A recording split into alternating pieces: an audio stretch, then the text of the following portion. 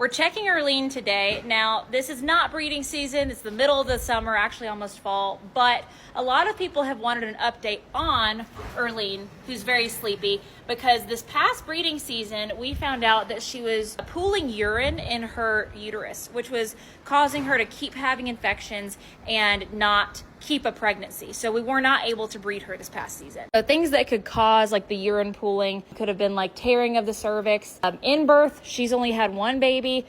Could be their conformation, but she didn't necessarily have any issues getting pregnant with the first foal, but then it could be, that she's a really large mare, so that plays into it. So sometimes larger mares will have worse issues with this. Erlene has had some soundness issues lately, and so while we were doing her lameness exam today and figuring out a plan for her, we also noticed that she was in heat, and when they're in heat is the perfect time to check them and do a culture, make sure she doesn't have a bacterial infection or anything going on in her uterus. And it also gives us a chance to see, hey, it's been 8 months since she foaled. Is this something that kind of like self-corrected after foaling, or are we gonna have to do a procedure that we had talked about before, which is like a urethral extension? Now, I had potentially wanted to do ICSI with Erlene this next round, but if she's just now in heat and is going to have not very many smaller follicles, then that's not going to be conducive. It's not going to make sense to do that. She's got a few, but not really. You want like the most follicles when you're doing ICSI because you're wanting the most bang for your buck. I think she's probably just at the wrong part of her cycle to do it. So we're going to check her again in 2 weeks because it looks like we missed her by a few days for this to be an accurate read. So we're going to check her in a week. We're going to give her Lulice to bring her into heat so that we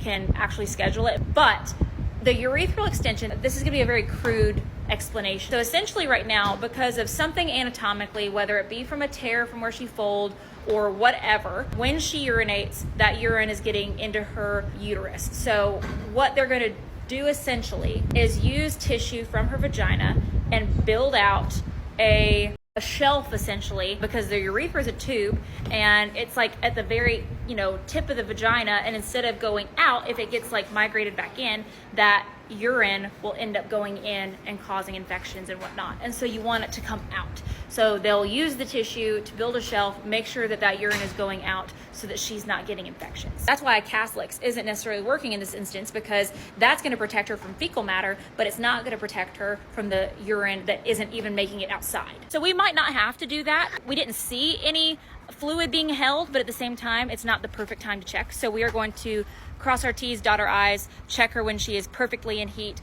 do a culture, make sure she's clean, and if all looks well, then she might have just self-corrected after healing from that foaling, but if she hasn't, then we might do the procedure.